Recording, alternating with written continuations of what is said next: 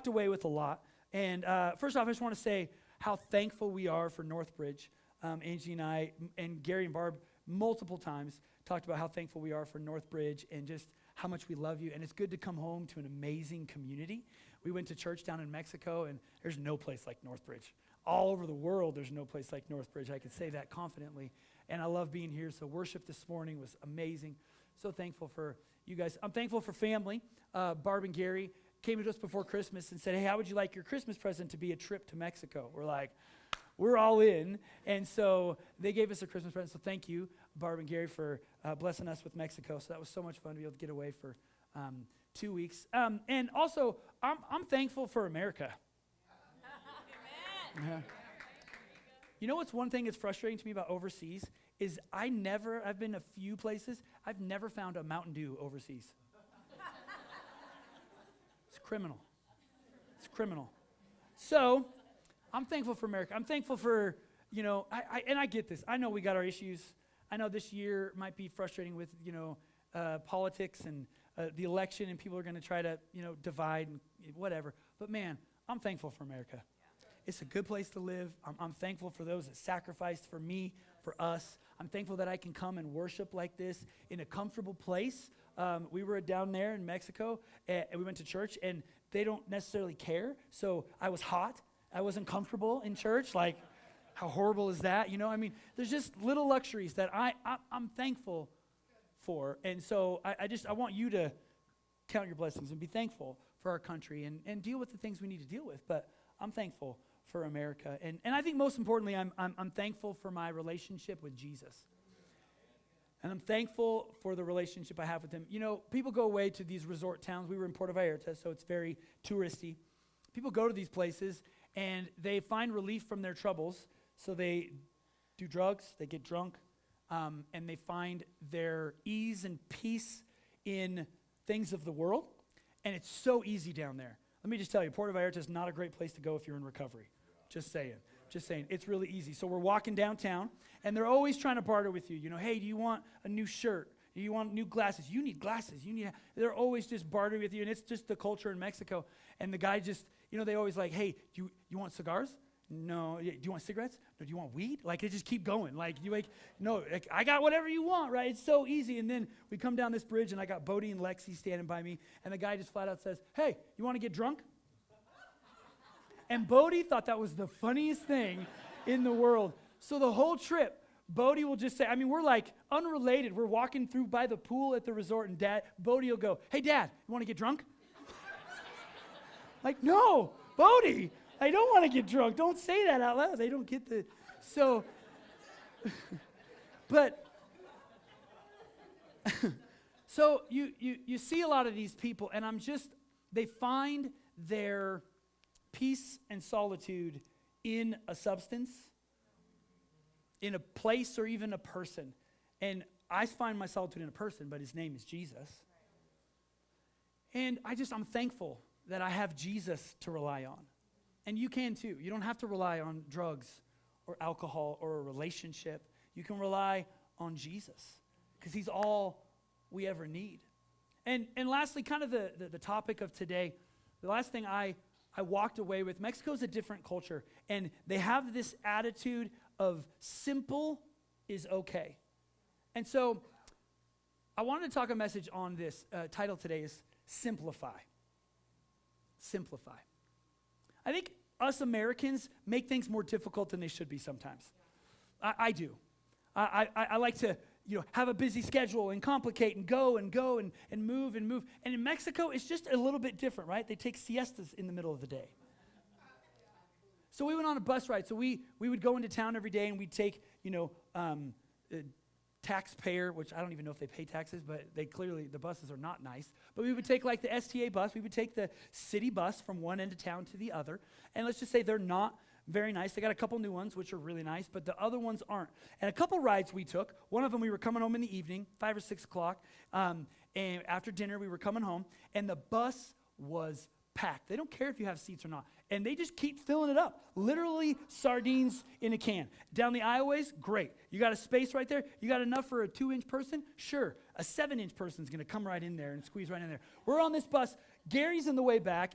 Barb's up here. Lexi and Bodie, I don't know. I lost them. I think they're underneath seats.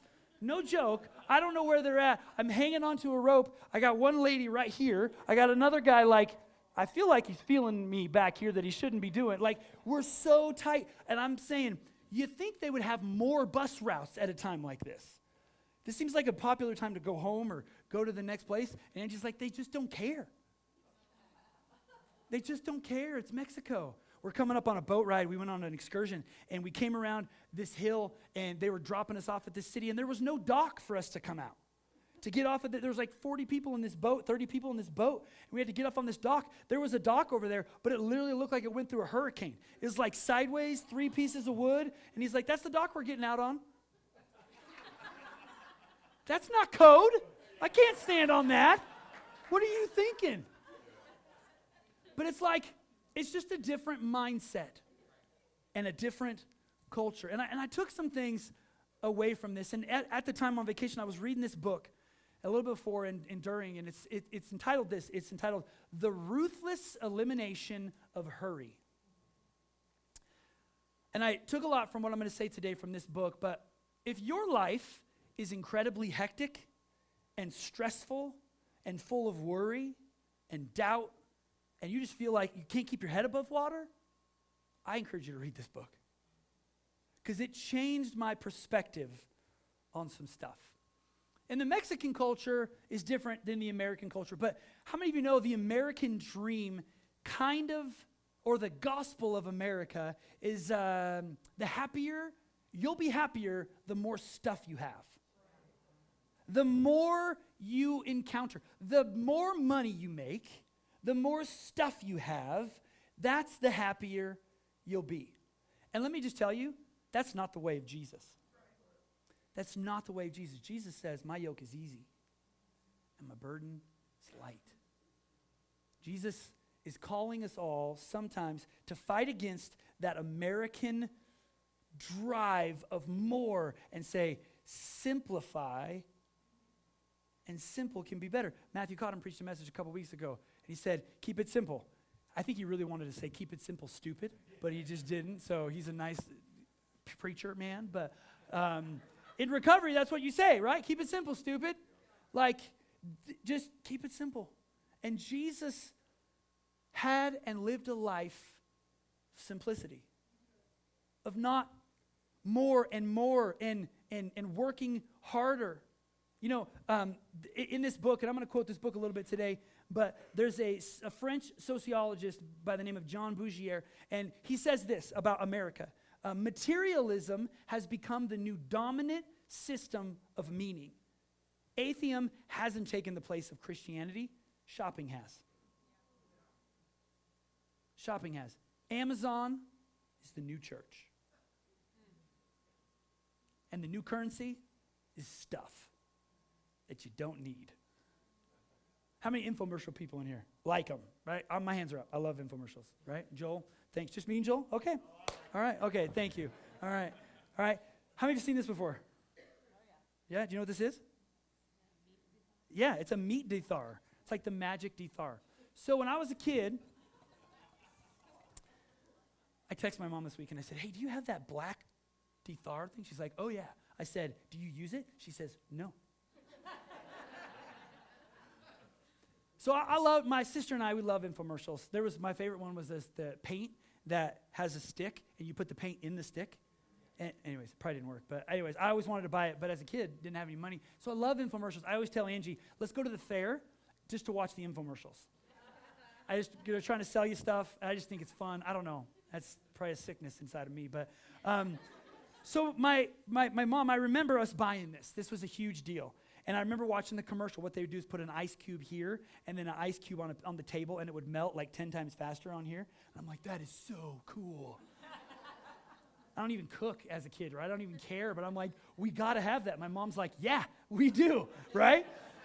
So we buy it. She maybe used it one time. When Angie and I got married, because my parents made bread, there was kind of this phase where you had these bread makers, and you make bread, and my parents made it all the time, and they loved it. And so when we were registering for our gifts, I said, let's get a bread maker, right? Because that'll be fun. We'll make bread every night.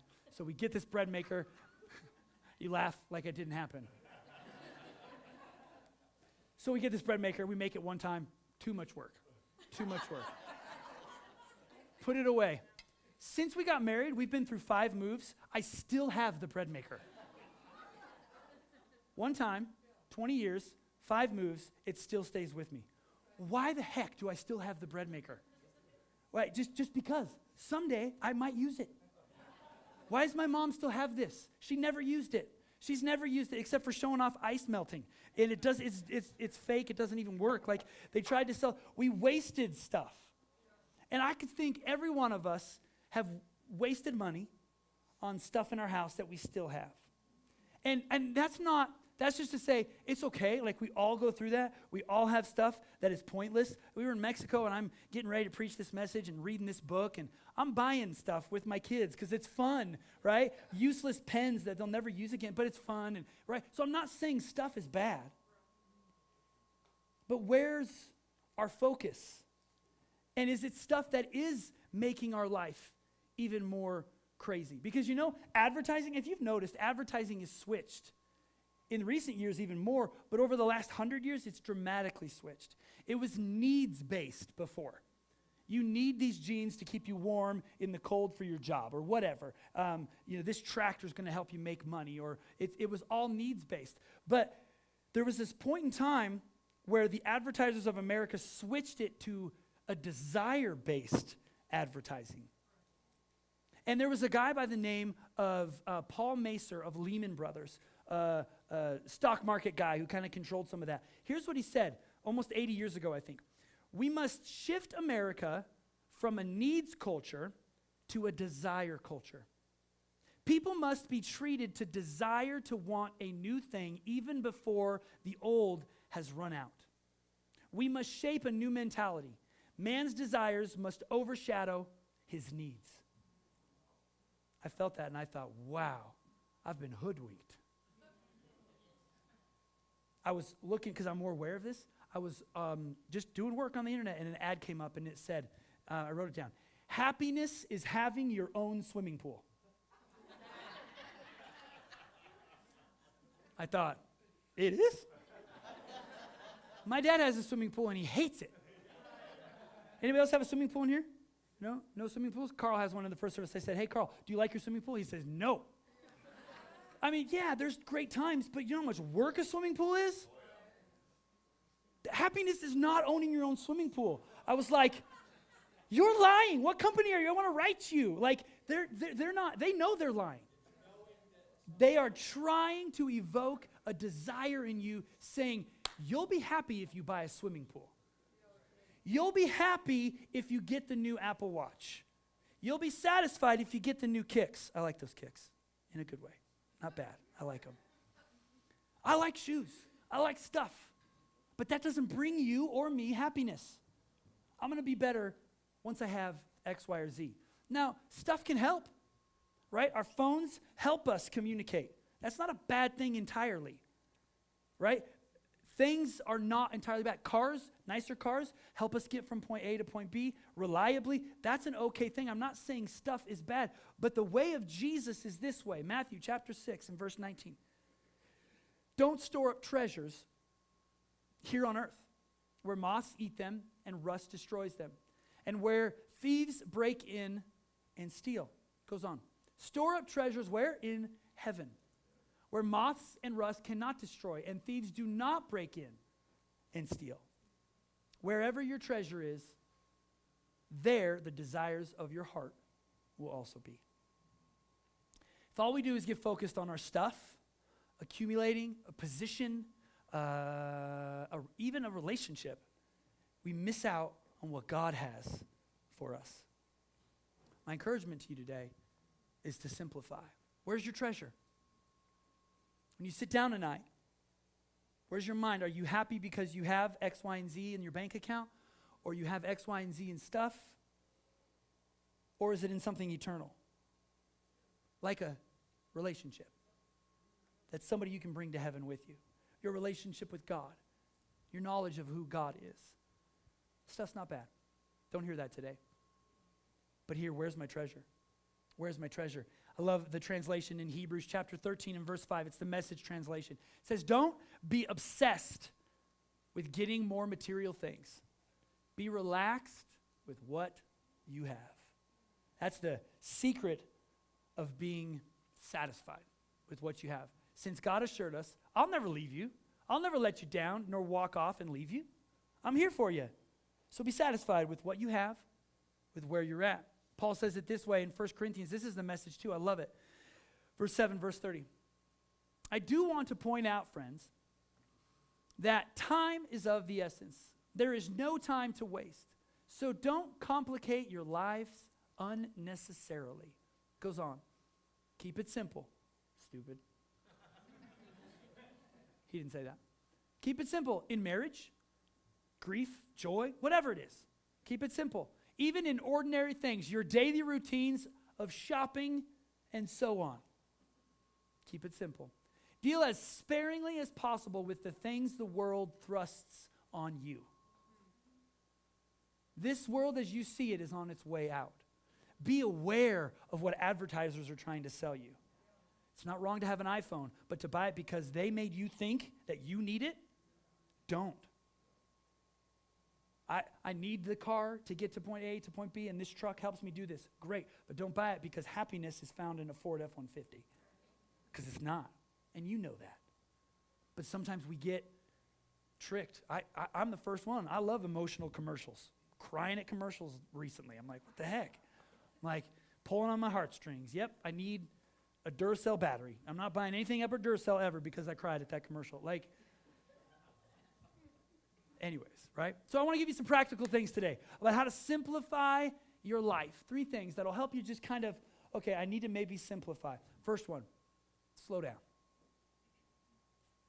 Slow down. This is something I struggle with all the time. I love hanging out with my father-in-law, Gary. His demeanor is slow and peaceful and wise. And you would find that the wisest people you know go slow. They go slow. And I don't sometimes. So we're on vacation. I mean, we're just relaxed. Everything's great. We're sitting by the pool, and we're just, going on a walk every once in a while, just chilling and hanging out, getting a suntan clearly and doing our thing. And we need something at the store, and they have a store at the resort. So, walk a little bit. So I go to the store, and I do it. And the line is like 10 people long, and I'm just mad from the very beginning. Walk in this store. I have nowhere to be, right? No timetable. Don't have long to walk either, but I'm frustrated because there's a line. And then the guy, 3 people in front of me, can't figure out his money, and the person behind the counter is trying to help them. And I'm like, do you need some help up there? Hurry it up a little bit. I don't understand why you're taking 20 minutes to make change for this. This is ridiculous. I need to get by the pool. And I'm frustrated. And no joke, it was a 20-minute wait probably for me to get up there. And about halfway through, I'm like, why am I in such a blasted hurry? All the time. On vacation, I'm in a hurry. Why? There's no reason for it. And again, that's not the way of Jesus. Right? There's a great encounter Jesus has with Jairus. He's a ruler, and he says, Jesus, I need you to come heal my daughter. Jesus says, yes, absolutely. Basically, I'm paraphrasing and shortening it. Jesus says, yes, let's go. Now, to me, that's an emergency. Right? That's an excuse for Jesus to run to the other side, go fast, because this girl, we know, actually died, and he raised her from the dead, but she is sick, and my daughter's dying, and I need you. That is compassion saying to everybody else around him, saying, hey, I got somewhere to be, I'll be back later, whatever. Like, that's the way of Jesus, I would think. I'm in a hurry. I got to go heal this girl. So Jesus goes, and he walks, and there's people all around him. And everybody is just kind of like hovering over him, and then the woman with the issue of blood, there's a woman who comes, and she's had faith for him to heal her. Says, if I can just touch Jesus, I know he'll heal me, because I know Jesus is never in that much of a hurry, in one sense. So she comes up and touches his robe. But here's the scripture, and I kind of want to point this out. Mark chapter 5 and verse 30. Jesus realized at once that healing power had gone out from him. So he turned around in the crowd and asked, who touched my robe? His disciples said, look at this crowd around you. How can you ask who touched me? How can you ask what happened to you? because Jesus was going slow enough to be aware that power had gone out of him. That somebody had required something of him because of her faith, and Jesus was slow enough to get it.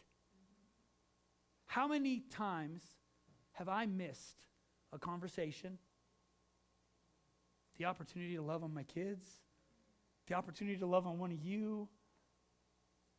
How often have I missed stuff because I'm in a hurry to get to the next place? That's maybe not as important. The miracle in the middle is a powerful concept. Where are you going and how fast do you have to get there? It's not about going fast. Henry David Thoreau said it this way: simplicity, simplicity, simplicity. I say let your affairs be 2 or 3 and not 100 or 1,000. Why should you live with such hurry and waste of life? Simple is better. And I believe this, that hurry is the enemy to peace. If you're stressed out, are you in a hurry? Are you overcomplicating things in your life? What can you simplify? Could start with decluttering. Could start with getting rid of the bread maker you've never used. It could start with that. But I don't know. So here's some practical things that there's a bunch in that book. I really encourage you. The Ruthless Elimination of Hurry. There's a whole bunch of better suggestions, but I brought a couple out that help me that I'm trying to do. One is walk slower. Walk slower. Maybe some limits on your phone. Maybe you could start parenting your phone. Give it a curfew and a wake-up time. Shut it off after 8 o'clock. Shut it off a day a week. I know that would be dramatic for some of us. I get it. I get it. Turn off notifications. He says in his book, he turns off text notifications and phone notifications so he gets to them when he can. He's got a boundary around this hurry syndrome that we just keep perpetuating here in America. Maybe only access your social or your email on a computer. Take them off your phone. Put them on a computer so you can have a set time to go look at social and not waste time or go fast and, I got to check this really quick. And I know some of us depend on it for work. That's fine. I'm just saying these are some suggestions. How about this? Drive the speed limit. I hit a chord apparently with some people.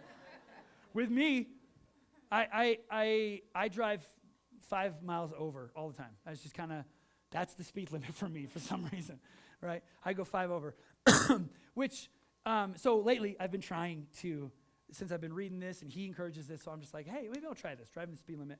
It's harder than it looks, just saying, it's harder. So last night, we're wasting time, and I'm probably going 10 over. I don't know what I wasn't thinking. I was doing something, and Angie's like, hey, you probably should slow down and practice what you're preaching a little bit, maybe, right? I'm telling her what I'm preaching on and talking to it. And so I'm like, hey, let's just drive the speed limit, not 5 over. Help you slow down a little bit. Maybe you limit your streaming intake. I was reading, and Netflix was interviewed. They were getting questions about, hey, how are you going to do with the competition with, Prime and Hulu? This was a couple years ago, and, Paramount and all the people that are vying for people's eyes. And he goes, you know what? Our only competition is sleep. I was like, yeah, because we're still going to watch our shows. We're still going to intake. Maybe do that. That's how you can help slow you down. How about this? Practice silence and solitude. Luke chapter 5 and verse 16, but Jesus often withdrew to the wilderness for prayer. He spent time with God. He spent time in silence. I don't do this well. I like noise. The other day, we had a project at home. Actually, we live on the lake, and our dock had floated away because the ice had taken it away. And so I had to go get it with like a kayak in the freezing rain. It was horrible. But anyways, so when I go into some kind of project or I go on a run, I like to have my phone. It's horrible, I know. But I like to have my phone for like music or podcasts or something like that. So I'm like, I need to go get my phone. And I thought maybe I'll practice some silence and some solitude. So I left my phone in there. And I'll tell you, the ease of me getting whatever I needed done was so much easier when it was just silent. And I could just listen. I could pray. I could ask God, hey, how would you do this? He's got some wisdom. Yeah.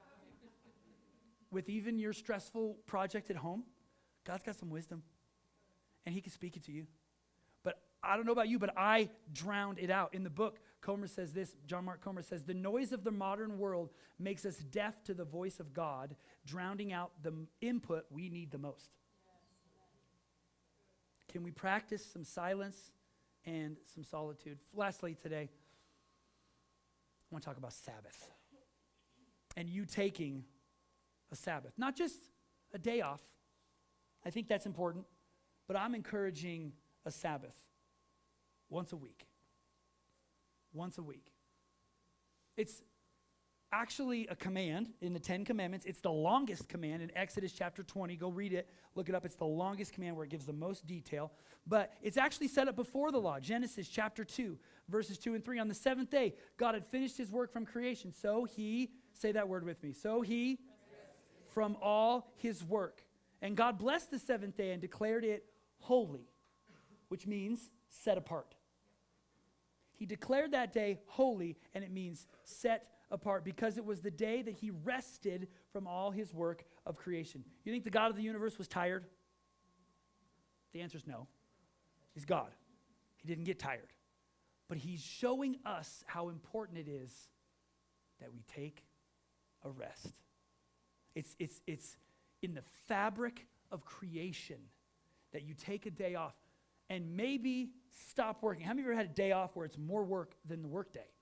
Right? And there's times where you got to clean the house and you got to spring clean and you volunteer and things like that. I'm not saying that you need to get religious about it, because that's what happened in the Old Testament. They got really religious about it, and they created a whole bunch more, hundreds of other rules that they had to do to listen to the command that God had given them. But Jesus says in Mark chapter 2 and verse 27, the Sabbath was made for man, not the man for Sabbath. Jesus says, I gave you this as a gift. And you need it. You need to take a day off and not work at home, but find something that fills your soul. You know what the word Sabbath or Shabbat actually means? It means, I had it here, it means to stop. Stop worrying, stop wanting, stop going, and then it goes on and says to delight. To stop and delight in what God has given you. Your relationship with him. The relationships he's given around you, to stop and delight. And I love that we're free from the law. So it's not about you got to do it on Saturday, or you got to do it on Wednesday, and you got to do it from sun up to sundown. And there's seasons where stuff happens, but I encourage you to make an effort to enter into that rest. Look at Hebrews chapter 4 and verse 9. It says, there remains then a Sabbath rest for God's people. There remains a Sabbath rest for God's people. For anyone who enters God's rest also rests from their work, just as God did from his. Let us therefore make every effort to enter that rest, so that no one will perish by following their example of disobedience. God put that in motion for our benefit. And it takes work. It takes planning. It takes effort to say, I need to rest. And I'm going to schedule everything around this day. And I'm going to feed my soul. Maybe that's golfing. Maybe that's hiking with your family. Maybe that's going out to eat with your family. Maybe that's cooking in at home with your family. I don't know what is best Sabbath for you. But start having a conversation with your family, with God, with somebody about how you can take a Sabbath every week. It'll help you simplify your life. That's the way of Jesus. Here's the heart. One more scripture. Philippians chapter 4 and verse 13. This is Jesus. Verse 11. It says, I have learned how to be content with whatever I have. I know how to live on almost nothing or with everything. I have learned the secret of living in every situation, whether it is with a full stomach or empty, with plenty or little. For I can do all things through Christ who strengthens me. That scripture is in the context of contentment, of getting. I got all I need in Jesus. This stuff can help me, but it's not the answer. I'm going to simplify my life, and focus on Jesus. Amen? Would you pray with me?